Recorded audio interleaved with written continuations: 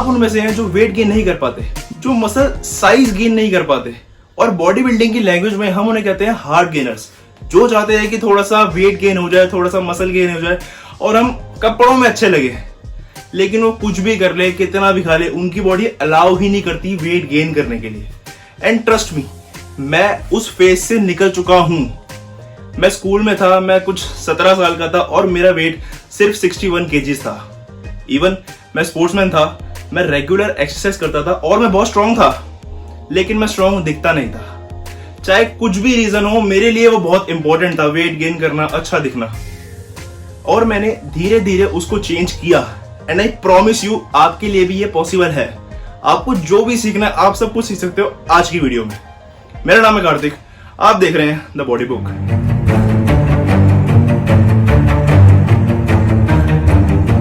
तो पहली टर्म है हार्ड गेनर।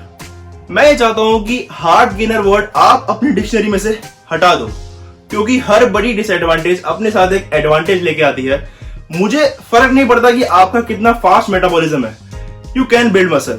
सो अपने आप को हार्ड गेनर कहना छोड़ दो। By the way, hard gainer थोड़े से लकी होते हैं, क्योंकि जब वो मसल पुट ऑन कर लेते हैं, they look super aesthetic. So weight gain करने के लिए सबसे पहले आपको ध्यान देना पड़ेगा अपनी प्रोग्रेसिव वेट ट्रेनिंग प्रोग्राम पे। आपको हर एक्सरसाइज पे आपका वेट इंक्रीमेंटली इंक्रीज करना पड़ेगा, specially main compound movements like bench press, overhead press, squat, deadlift. और मसल बिल्ड करने के लिए progressive overload is the most important. But important सिर्फ यही नहीं, जब मैं हाई स्कूल में था तब मैं कुछ 185 lbs की बेंच प्रेस करता था फॉर ऑलमोस्ट 6 to 8 reps। मुझे आज भी याद है, किसी ने मुझे जिम में देख के बोला था कि यार तू इतना स्ट्रांग दिखता नहीं जितना तू है। उसने ये मुझे कॉम्प्लीमेंट दिया था, पर मैंने एज अ कॉम्प्लीमेंट लिया नहीं। And then first year to second year मैंने अपनी डाइट का अमाउंट बढ़ा दिया, जिससे मुझे हेल्प हुई, बट काफी ज्यादा नहीं। तब मैंने डिस्कवर किया कि अच्छा खाना और सही अमाउंट में खाना कितना जरूरी है। फर्स्ट ऑफ ऑल, अगर आप जिम जा रहे हो, हैवी लिफ्ट कर रहे हो और तब भी मसल बिल्ड नहीं हो रहा, तो मैं चाहता हूं कि आप अपनी डाइट में कार्बोहाइड्रेट्स ड्रास्टिकली इंक्रीज कर दो। और उस कार्ब से मेरा मतलब टॉफी या फिर आइसक्रीम या फिर कोई जंक फूड नहीं है। मेरा मतलब है brown rice, white rice, sweet potatoes, quinoa और इवन होल व्हीट ब्रेड और पास्ता। अगर आप स्ट्रगल कर रहे हैं मसल बिल्ड करने के लिए, तो ये सब मस्ट है। और मुझे पता है कि आपको ये एडवाइस थोड़ी सी अलग लग रही होगी, क्योंकि हमारी बॉडी बिल्डिंग और फिटनेस इंडस्ट्री में कार्ब का ऐसा फोबिया बन गया है, और यही हम गलती करते हैं। अगर हम 1970s और 1980s में जाएं, बॉडी बिल्डर्स लाइक आर्नोल्ड, उनका मैक्रो स्प्लिट कुछ 40-40-20 हुआ करता था, जिसमें 40% कार्ब, 40% प्रोटीन एंड 20% फैट हुआ करता था। और यही मैक्रो स्प्लिट मैंने फॉलो किया, मेरे को भी काफी अच्छे रिजल्ट्स मिले इससे।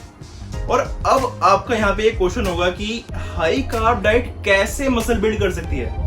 The reason is insulin. At the end of the day हम यही चाह रहे हैं कि हमारा किसी भी तरह वेट गेन हो।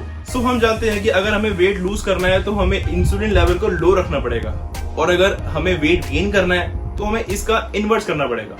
एंड प्रोटीन, फैट और कार्ब में से सबसे ज्यादा जो इंसुलिनोजेनिक मैक्रो है वो कार्ब ही होता है। जब आप ज्यादा कार्ब्स लेते हैं तो आपकी बॉडी को इंसुलिन लेवल की स्पाइक मिलेगी और वेट इजीली गेन हो पाएगा। लेकिन जब आप बहुत पतले हैं और मसल गेन हो ही नहीं रहा, the sky is the limit for carbs. मैं मजाक नहीं कर रहा। मैक्सिमम हार्ड गेनर्स फोकस करते हैं कि मैं ज्यादा से ज्यादा प्रोटीन लूं और ट्रेंडी डाइट्स फॉलो करते हैं लाइक कीटो और इंटरमिटेंट फास्टिंग। और मैं जानता हूं दोनों ही परफेक्ट डाइट है फॉर फैट बर्निंग, और वो दोनों कोसों दूर है किसी ऐसे डाइट प्लान से जो कि मसल गेनिंग के लिए हो।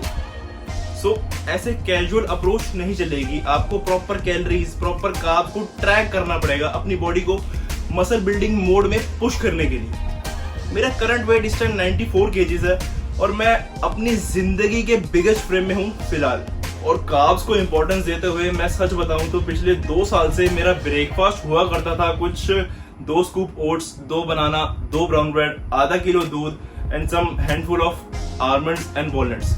1300 कैलोरीज मेरे लिए बहुत मुश्किल था खुद को पुश करना। रोज सुबह उठ के इतनी कैलोरीज लेना एंड हर 2-3 घंटे में इतनी कैलोरीज लेना and doing it over again and again.